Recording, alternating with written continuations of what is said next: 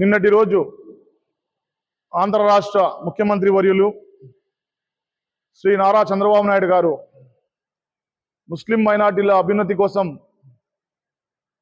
మా పట్టణం పుంగనూరు పట్టణం నందు ఎలక్షన్ సమయంలో వచ్చినటువంటి ముఖ్యమైనటువంటి హామీని నిన్న నెరవేర్చడం అనేది చాలా గొప్ప విషయం.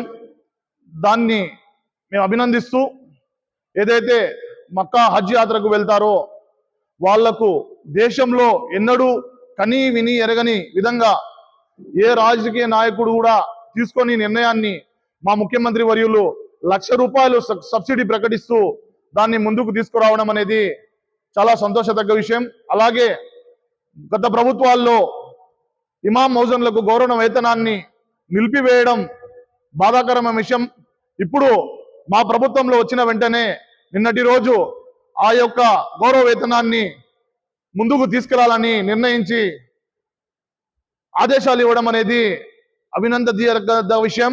అలాగే పుంగనూరు నియోజకవర్గంలో నిన్నటి రోజు మా చల్లా రామచంద్రారెడ్డి అన్న గారు కూడా ఒక మసీదుకు 2 గుంటలు స్థలాన్ని కేటాయించడం సంతోషదగ్గ విషయం.